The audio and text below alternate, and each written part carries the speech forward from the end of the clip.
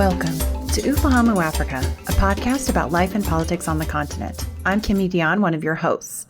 In this week's episode, non-resident fellow Gopolang Botlhokwane speaks to political analyst and media expert Dr. Metji Makgoba about the domestic implications of South Africa's recent case against Israel at The Hague and the country's upcoming elections in which the ruling African National Congress is expected to lose its majority. Dr. Makgoba holds a PhD in journalism from Cardiff University, where he was a Commonwealth scholar. Now he teaches communication at the University of Limpopo in South Africa. Before we get to their conversation, I want to pause and recognize the exciting election and really democracy news coming out of Senegal this week after it held its elections on Sunday, March 24th. As my co-host Rachel Beatty-Riedel discussed with guests Bamba Ndiaye and Michelle Gavin in episode 191, Senegalese President Macky Sall had postponed the presidential elections that were originally scheduled for February 25th. The delay was part of a series of concerning moves by Sall to extend his stay in power and to challenge, really, democracy in Senegal. Now, the election results are expected to be confirmed by the Constitutional Council in the coming days. According to a count of provisional votes from 100% of polling stations, opposition candidate Bassirou Diomaye Faye won more than 54% of votes in Senegal's presidential election. Now, with Faye having won a majority of the vote, that means that there's not need for a runoff election. If you want to learn more about Senegal's incoming president-elect, who's only 44 years old, we encourage you to read the profile on him in the Financial Times. For our basic primer on elections and politics in Senegal, we also recommend an explainer that's published on the University of Florida's Trans-Saharan Election Project's website. Links to these resources will be posted on our website, ufahamuafrica.com. And in the next few weeks, we'll be featuring an episode putting the Senegalese elections into a broader context. This episode will be in French and produced by non-resident fellow Expedi Ologu, who is currently serving as an ECOWAS election observer in Senegal. Now let's shift our focus to South Africa, which will be holding elections later this year. Let's hear Gopolang's conversation with Dr. Makgoba.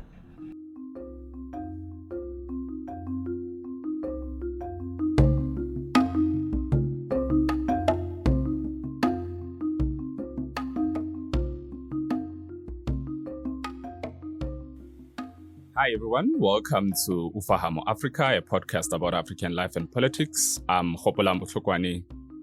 South Africa's historic case at the International Court of Justice at The Hague, in which it charged Israel with violating the Genocide Convention, is arguably one of the most important stories of our time, and much has been written about it. But even as it continues to occupy global headlines, there are still questions we are yet to ask. Yes, the world as we know it is gone. Gaza lies in ruins. But what does it mean for a continent so often defined by conflict and human rights violation to try and be the conscience of the world? On this episode, we are going to try and consider what might be the domestic implications or socio-political possibilities of this case. How does taking Israel to court raise the stakes for South Africa and the continent?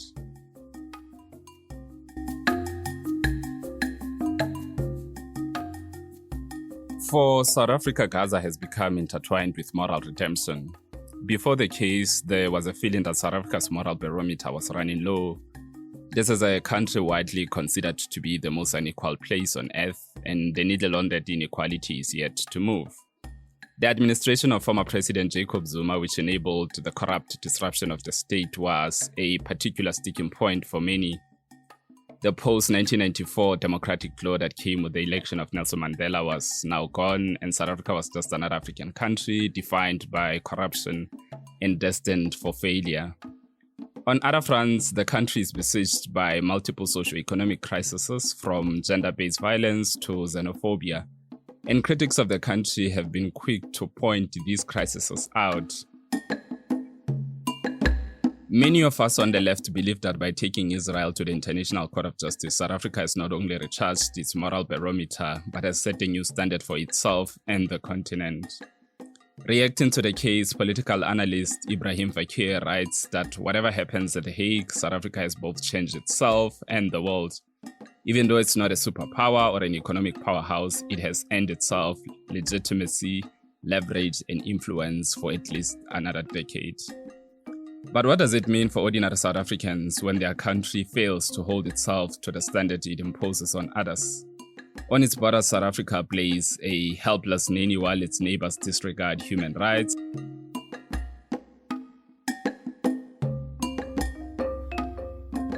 Countries like the Kingdom of Eswatini, where the king holds absolute power, continue to enjoy support from Pretoria despite documented human rights abuses.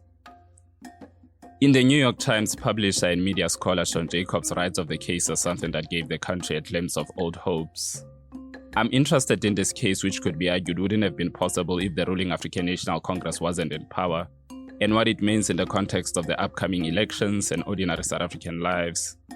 Opponents of the ruling party have dismissed the case as an election gimmick, and true to form, ruling party officials have already begun campaigning using the case as an example of the moralism of the party. But can the country genuinely build on it?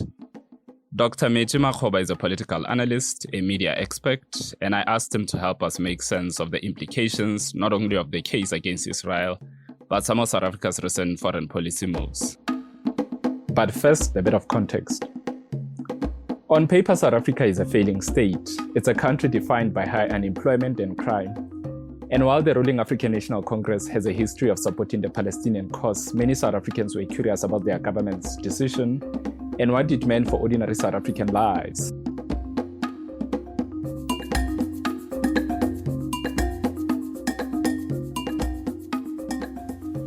South Africa is often accused of convenient or selective moralism, but for political experts like Makgoba, taking Israel to court was inevitable. So I wanted to ask you about, Israel, South Africa taking Israel to court, right? Were you surprised by that? I mean, a lot of people would say they weren't surprised, right? But for me, I was a bit surprised considering sort of everything we have or everything the country is going through. So I don't know if you were sort of surprised yourself, No, I don't think it was a surprising move for two things. Firstly, South Africa has been consistent with its criticism of Israel invasion of Palestine, and they were at the forefront of the diplomatic charge against Israel. So it showed that had they found any avenue to take on Israel, they were going to use it. Secondly, there is this historical relations between South Africa and Palestine. They've always been allies. So South Africa saw this as an opportunity to support their friends. At another level, given that South Africa relies on the US or Europe generally on certain trade issues, some people thought they're just going to play like a quiet role, but they have actually rose above and took a very important position in the international community.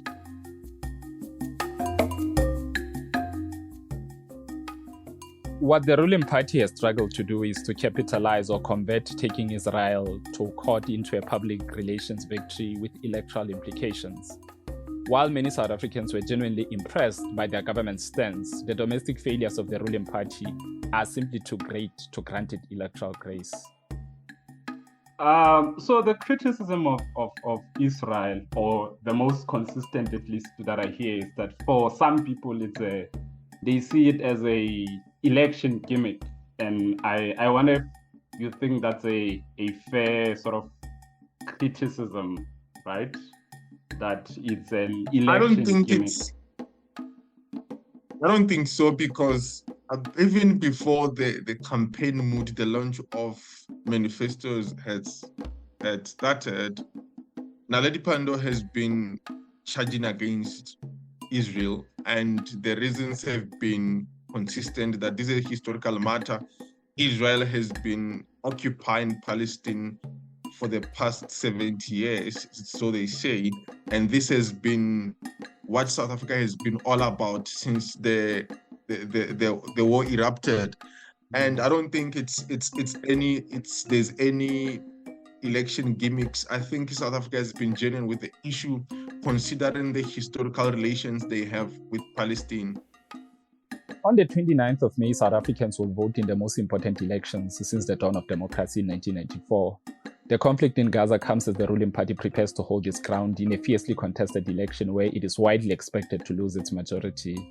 But then again, there's the question of whether it has any sort of implication on the elections, considering that we are going to elections and the politicians themselves are sort of politicking on it, although I'll say that they are doing it badly, but they are politicking on it anyway. I mean, I think it's the Justice Minister, Ronald Ramola, I think a few days after returning from the Netherlands, was already on a campaign trail, I guess explaining why they did what they did. And so some people would say, yes, we have historic sort of relations and we've supported Palestine since Mandela, etc.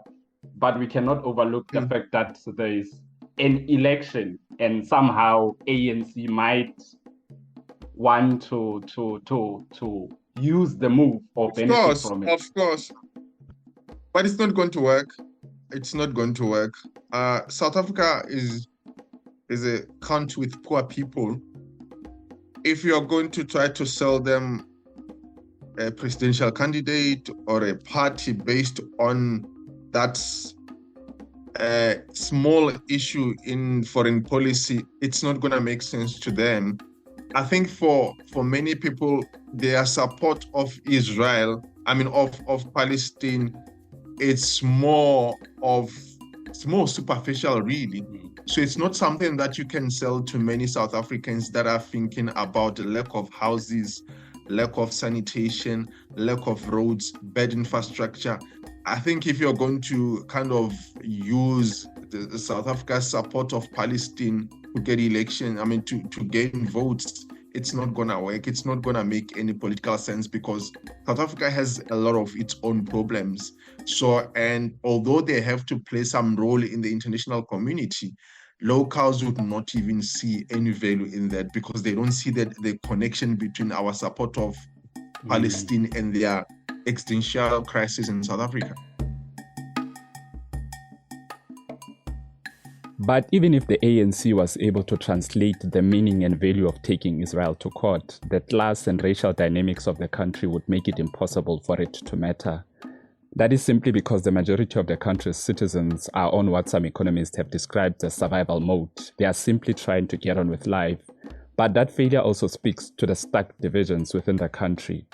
Class and race continue to determine which issues become prominent in the national discourse. So for me, we do agree that so the Israel-Gaza issue is insignificant. Not that people don't care, but because South Africa is going through its own issues and the majority of its population definitely are on what we might call survival mode. But still, I want to ask, okay, I get the poverty part, the struggling or inequality part. But I think even if the majority of the country cared, the ANC seems to, I don't know, they struggle. I listen to what Lamola and everyone is saying, and they seems to, there's a failure to translate.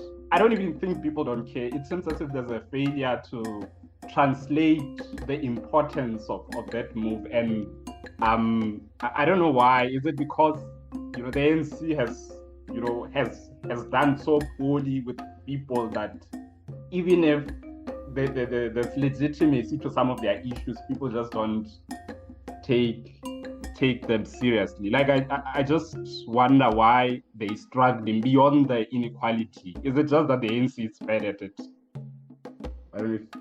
I think it's just a difficult issue, given that beyond the fact that Palestinians and South Africans only shared some similarities and relations because they were oppressed in some way or another, occupied by another power. I think that's our only similarities. Culturally and beyond, we don't have any similarities.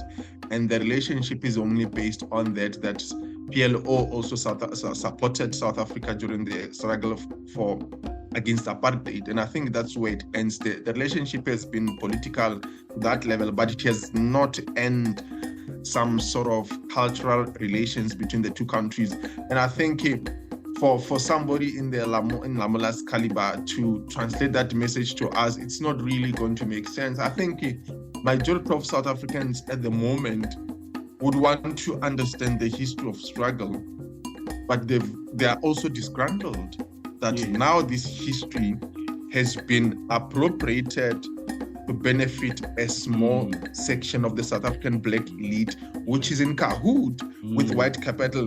And I think that has been the issue, that the South Africa's move was classist on that base, that we have our own issues here, but you guys are spending money on taking Israel to court for what they are doing in Gaza. And I think because of those dynamics, the message then now starts to have multi-layers. For the South African middle class, that's a good decision because they can relate with the relationship between South Africa and Palestine at that political level and the historical significance of it thereof.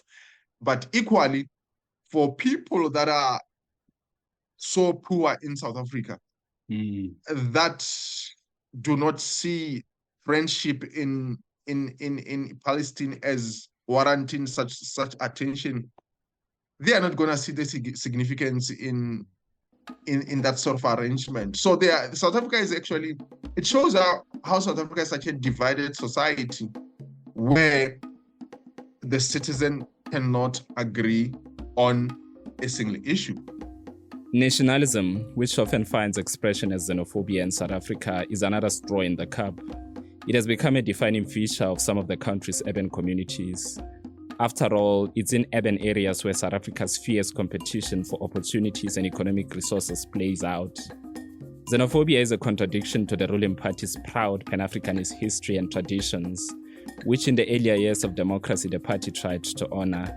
But as more and more South Africans anchor their problems on nationalism, or what some politicians have called the absence of patriotism, it's not hard to see why some might struggle to relate to what is happening in Gaza.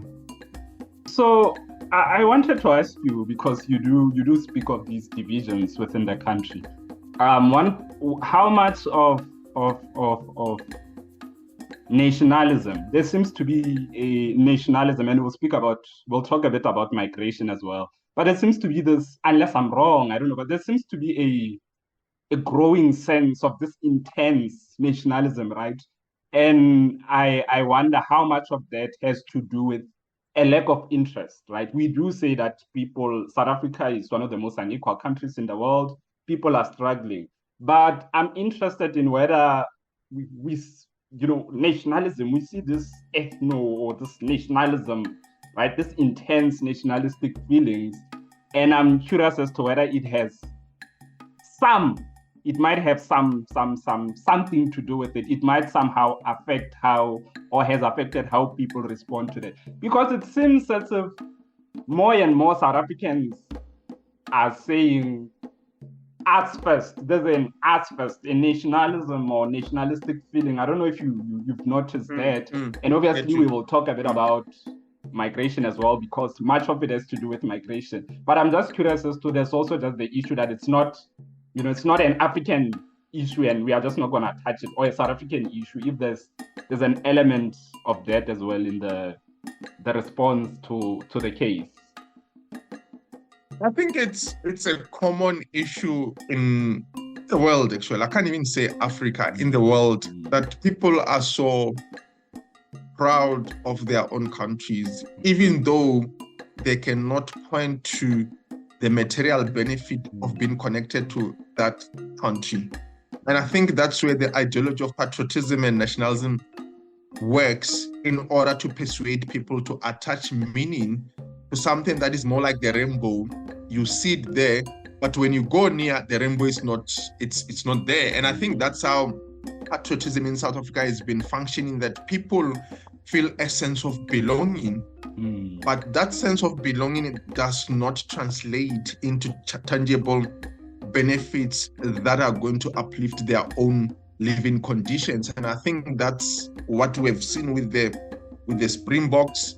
They've kind of united the country, as people said during their World Cup victory.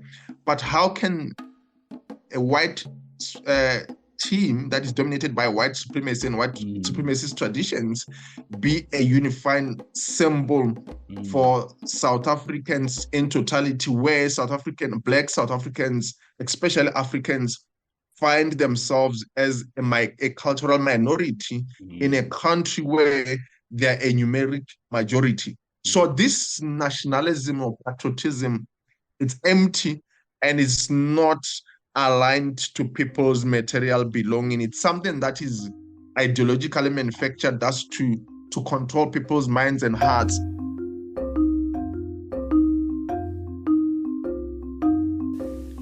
But perhaps modern nationalism is the neo-colonial nature of South Africa that ties it to conflict and issues that might not always warrant immediate interest.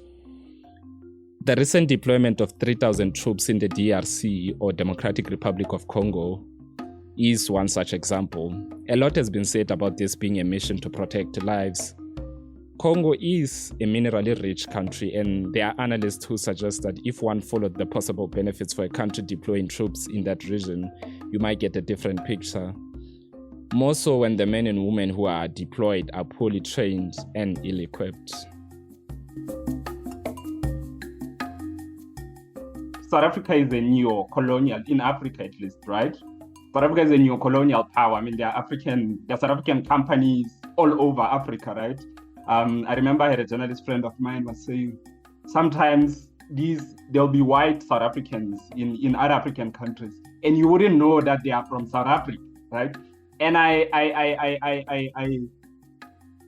South Africa is a neo-colonial power. Is that a fair thing to say? There's this neo-colonialism that informs some of its foreign policy decisions?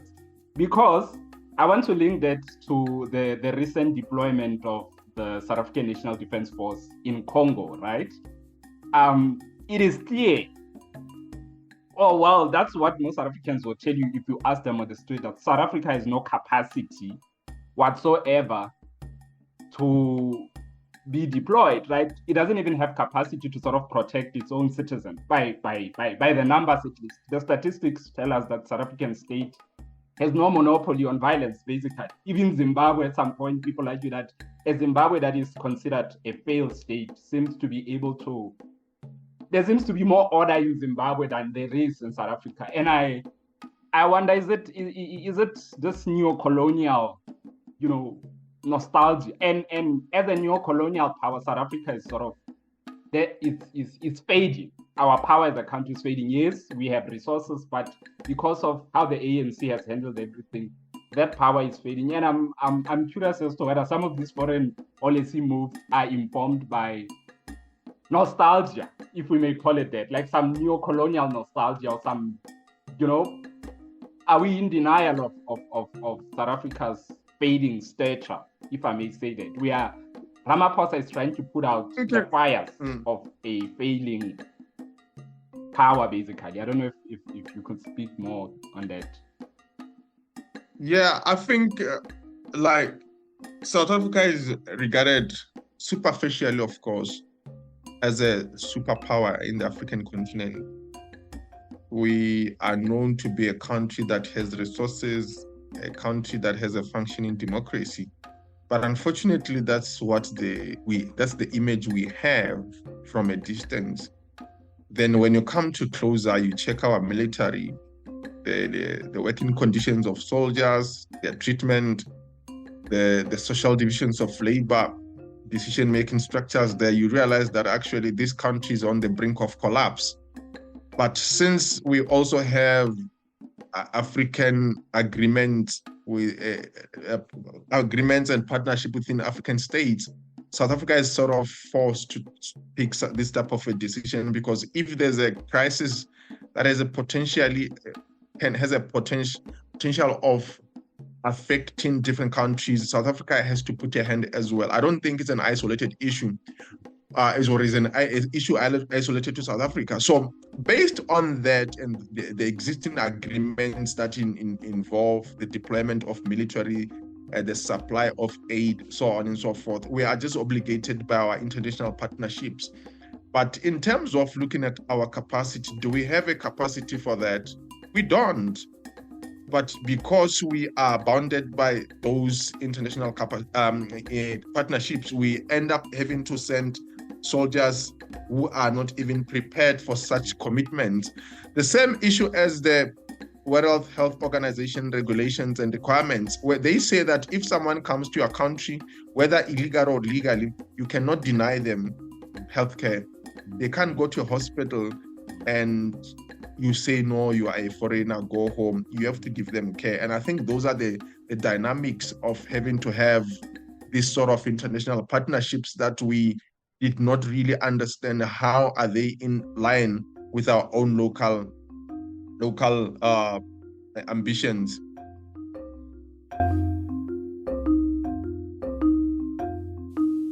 If you stood before a ruling party official and charged South Africa with being a failed state, you would quickly be corrected. Like ruling elites anywhere in the world, the men and women who run the country don't see failure.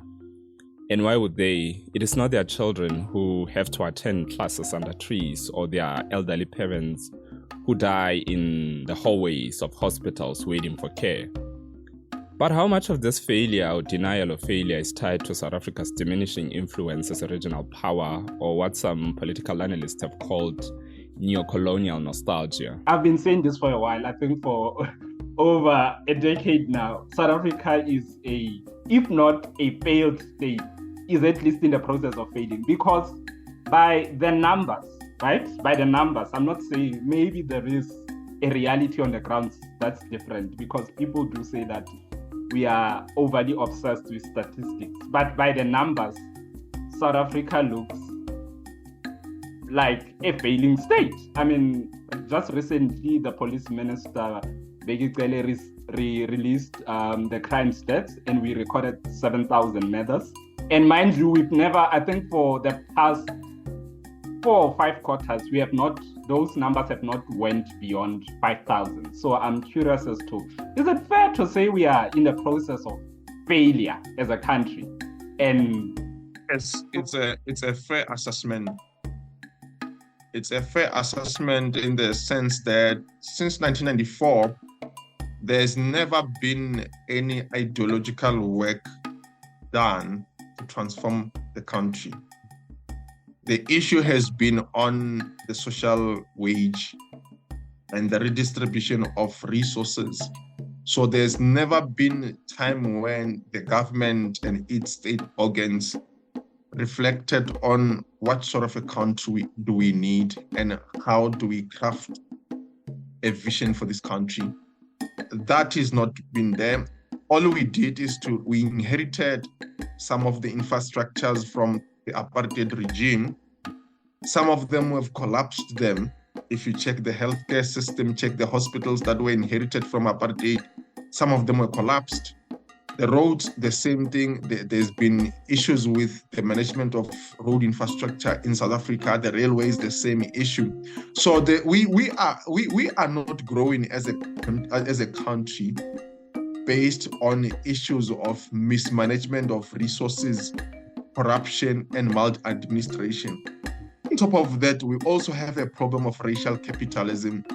That maladministration and corruption does not necessarily affect white people directly. It affects Africans more importantly, because those are the ones that occupy the lowest rank of race in South Africa.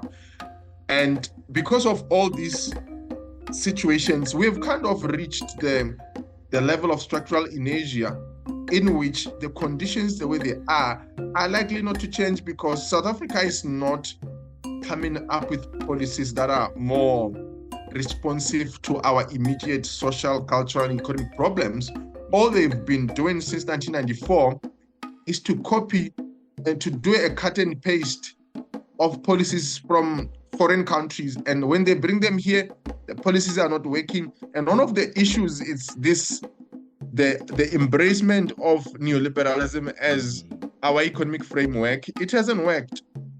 That everything else that we try to do is then swallowed in the logic of the market. Even now, the state is referring to citizens as client, as customers, and it shows that actually we are on the brink of collapse through all these various issues. And we also have another dimension that we don't talk about. South Africa has a corrupt democracy. So there's a mismatch between neoliberalism and democracy. Democracy says this is a country that should benefit everyone else. Neoliberalism says, no, this country is for the elite.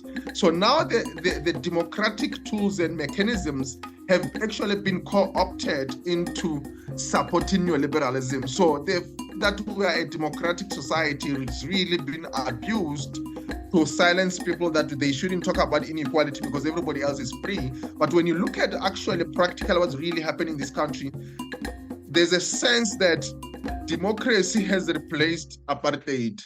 And actually, that's a false narrative. Actually, what we have seen apartheid reproducing itself through neoliberalism, the way that it denies the existence of race, whereas it depends on racial exploitation to enrich capital. So I wanted to talk a bit about what then does that mean for the region, right? Let's Southern Africa is a region. If South Africa is failing, as we say, what does it mean for the region?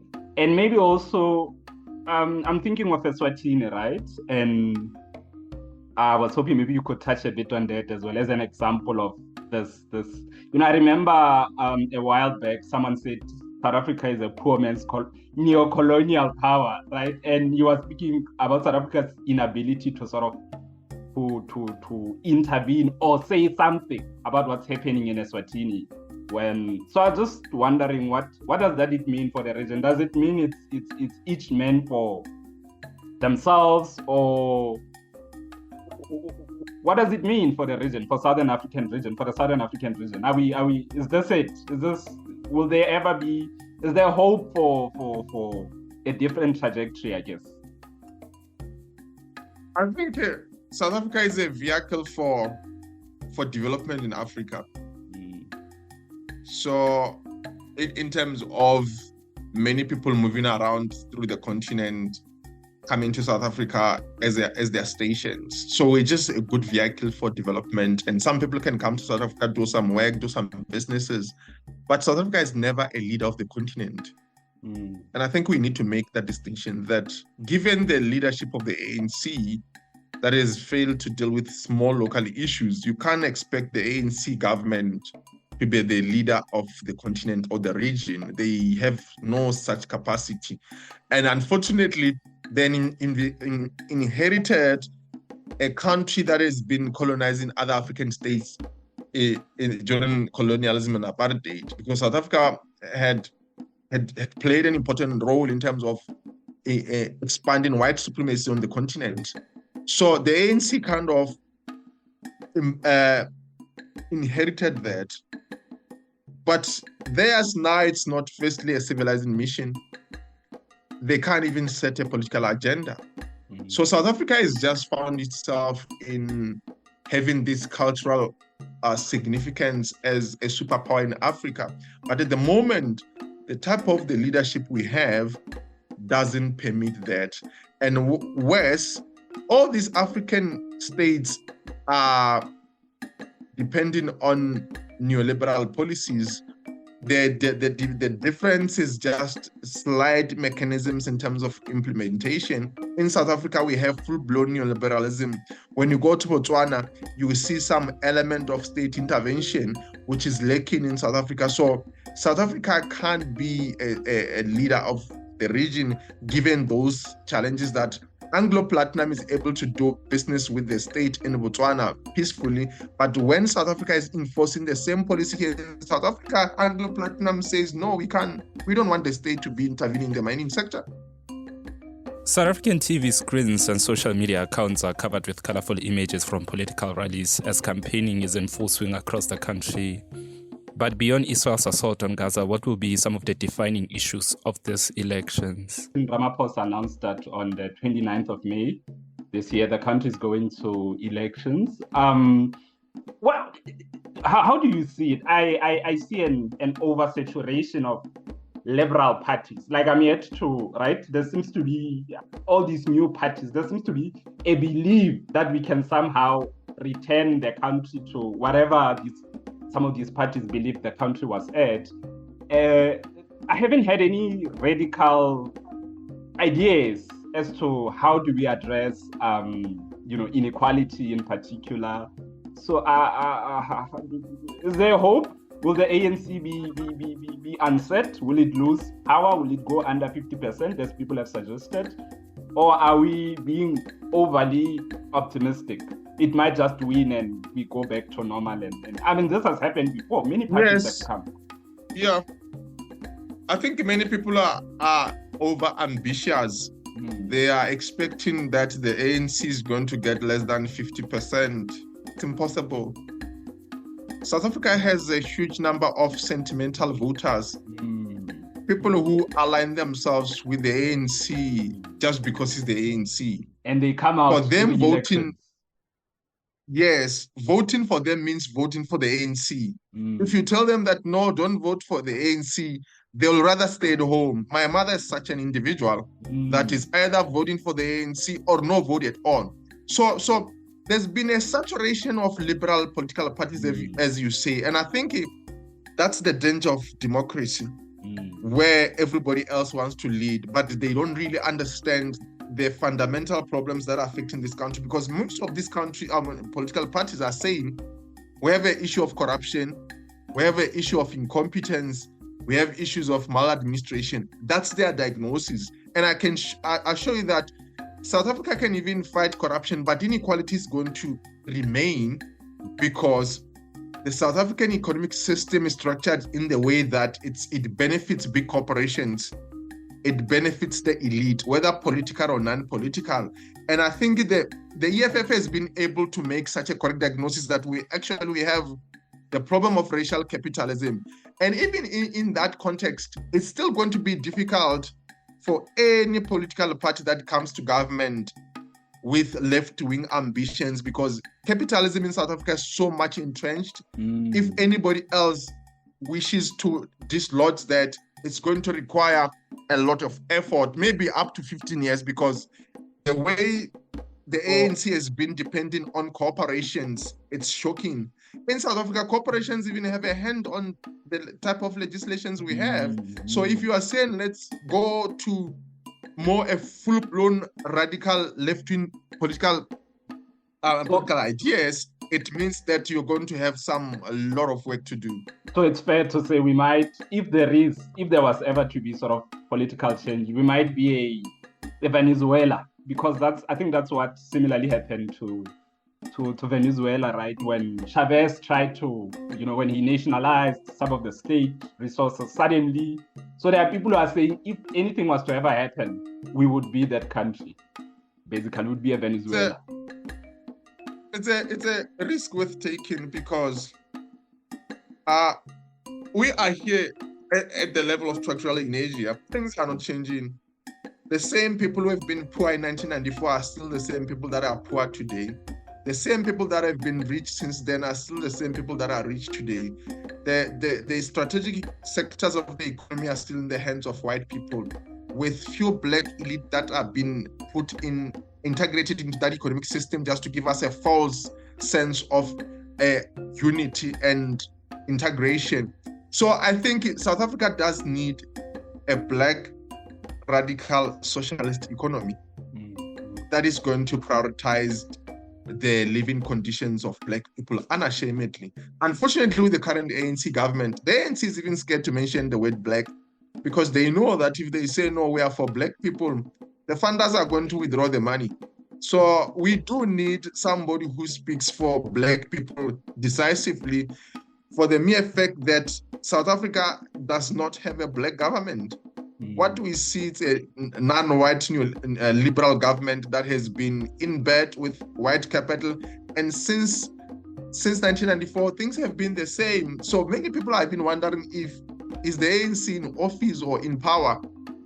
The answer is these people are in office. They are managing a white economy which cannot translate its benefits into ordinary black South Africans in the form of Africans. So it's a dead end. It might be a dead end, basically. It might be a dead end. So what is just quickly before we end, what is one issue that you think is going to define election? For me, it seems to be migration. I know we don't have time, but for me, it's migration, right? Which links to what we're talking about earlier, nationalism. I don't know, unless there's another issue. I would say gender-based violence, but I see that migration is very hot. It's a hot issue. Yes, I think that is going to eat the EFF's vote. When you look at the level of tribalism in South Africa and you expand that into xenophobia, South Africans are tribalistic and they are xenophobic. And if they are struggling and you tell them that people must come to Africa to do business, then it has some inconsistencies. And let me explain further. If the EFF wants everybody else to be welcome in Africa, Black Africans must come to South Africa, that's a good ideal. But it can't be South Africa's responsibility to do that. Because we need to first deal with the concept of a nation state. We can't accept the concept of a nation state that comes with its own rules and regulation, migration rules, and say, we agree that we're a nation state in the form of South Africa, but we will still allow everybody else to come here. It doesn't work like that. If we want Nigerians, Zimbabweans to come to South Africa freely, let South Africans also have the privilege to go to Kenya to start a spaza shop without harassment. But that has not been reciprocated, and I think that's what is going to eat the EFF's vote. For the ANC, the MK party is going to leave a big dent on the ANC because the ANC has some undecided voters. So those that are aligned with Zuma will definitely leave the ANC to join MK. But there's also another issue. South Africa over-exaggerates the influence of Jacob Zuma. The man is not powerful. The man has lost power and he's finished. The man is old. Yes. He should be he's on finished. retirement. And people are thinking now this is the man to look for. No, I don't think he's going to bring any. So I don't even think that the party will be able to launch its manifesto. But we see this person and the MK as this powerful figure who's going to frustrate the ANC. The dent is going to be there, but I do not think that this is someone who should send shivers down the spines of many South Africans. Thank you so much to Dr. Metji Makgoba for generously sharing his insights with us, and to you as the listener for joining us on Ufahamo Africa. Until next time.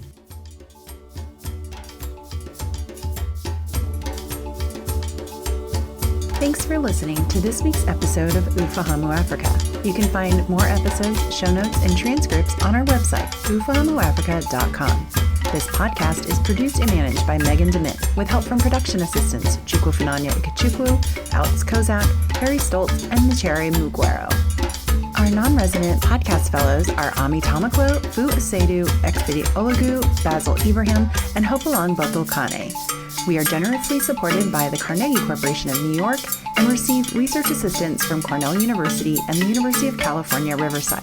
Our music is courtesy of Kevin McLeod. Until next week, Safiri Salama.